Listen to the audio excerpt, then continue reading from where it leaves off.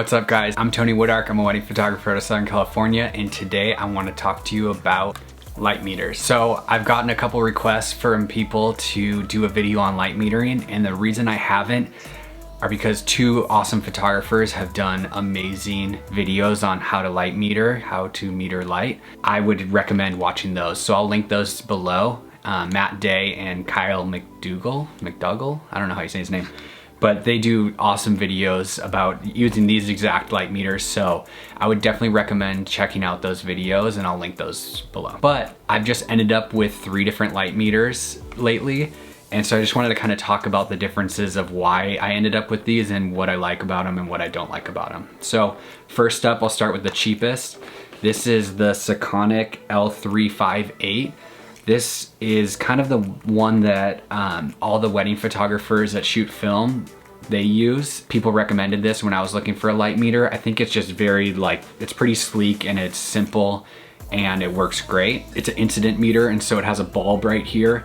And so the bulb comes out or goes in. I usually keep it in, just 1, because it's more flush, and then 2, I like to just expose for the shadows, and so this gives me a better reading for exposing for the shadows. If you don't know how a light meter works, you basically just pick your ISO right here, and then you click this button, and then it shows you what settings it should be.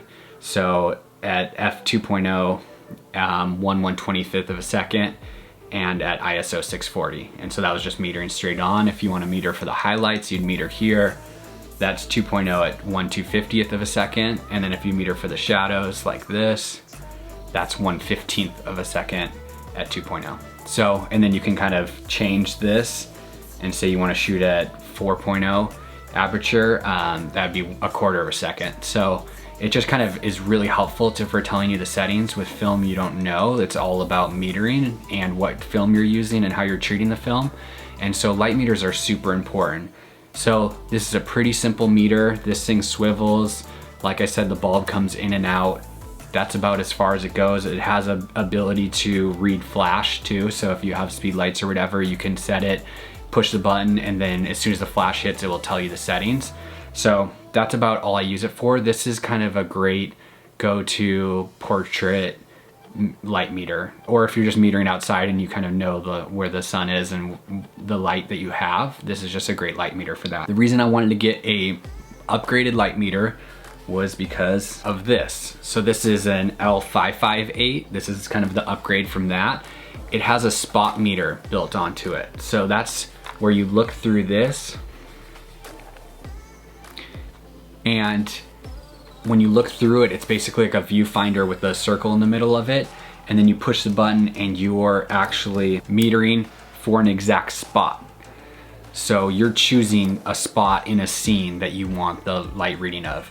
So what this is really good for is landscape photos. So when I was out shooting in different lighting where maybe I'm standing in the shade and I'm shooting the bright sun, you're not gonna really get an accurate reading with this unless you go out into the sun and get the same light that your subject you're trying to meter for is.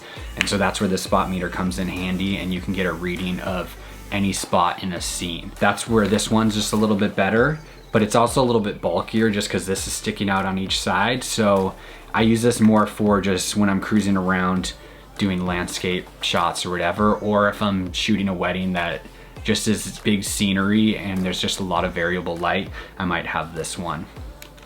Then recently, I tagged Sekonic in a video, and Ab, I think his name is, hit me up, and they were writing an article about me, and they hooked me up with this meter, the Sekonic L858 DU. So this is like the upgraded version of this guy. So this is, I don't know, 10 years old, 5 years old or something. This is pretty old. And then now this one's like basically an iPhone built into a light meter. And so this one has a lot of the same capabilities as that, but it's got this nice touch screen, and it's really just well built and just like a modern version. There's more features on this than that. I just don't use them. This is a great one to have. I tried to use this at my last wedding. I would say the one drawback to this, it just kind of shuts off after, you know, a minute or two of not using it. This is the drawback. That like 2-second delay I'm just trying to find speed throughout the entire day, and so that like 2-second delay of turning it on, I don't know, I felt it. So I was like, I'm not gonna use that one. If I'm gonna use a meter like that, I would use this immediately on. So that's kind of the differences between these two. This one you can buy brand new, this one you can only buy used, and the other one you can only buy used. So, and then I think the reason that they have this cap is one, so you don't scratch the lens there, but I think more importantly is it won't give you a reading if the cap's on because it's pitch black. And so it helps you in case you're on spot meter versus incident meter, you would kind of know the difference if you have that cap on. So I could be totally wrong on that, correct me if I'm wrong. And then a lot of your cameras have built-in meters. So almost all my 35mm and my medium format cameras have built-in light meters. Those work great if you just are trying to carry less stuff and you just need an average reading. So they're evaluative metering, I believe. A lot of them you can change to spot metering, but evaluative metering means basically it's taking the entire scene and going, hey, this is probably the settings that you should choose, which is fine for almost like most situations, but I'd say I shoot backlit a lot. And so when you're shooting backlit, it gives you a little bit of a false reading because it's taking in a bunch of light and then it's not necessarily compensating for your subject. So that's why I like to use these types of meters. It's just to get the exact reading I want. Sometimes I don't have a meter with me and I have a light meter on my phone. It's called the pocket light meter. I don't know if you can still download this, but it's pretty good. Like you can choose your aperture. It tells you the shutter speed, and then you can obviously change your ISO right here.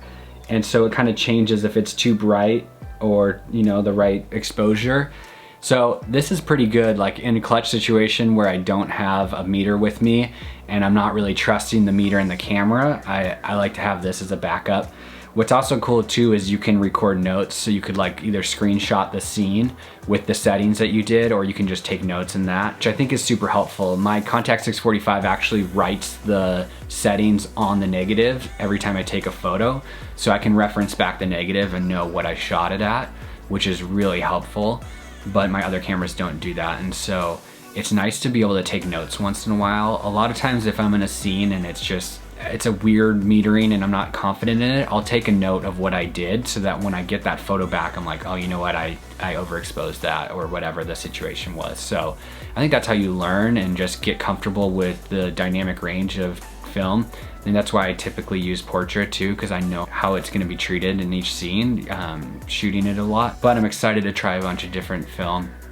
I've got a bunch of videos coming up about shooting different rolls. I've got Ektar, Cinestill, Velvia, Tri-X, Delta 3200. I've got a bunch of different film that I'm gonna be shooting, just kind of single rolls of and making quick little videos. So I hope you enjoy that. I hope this answers a little bit of questions about light meters.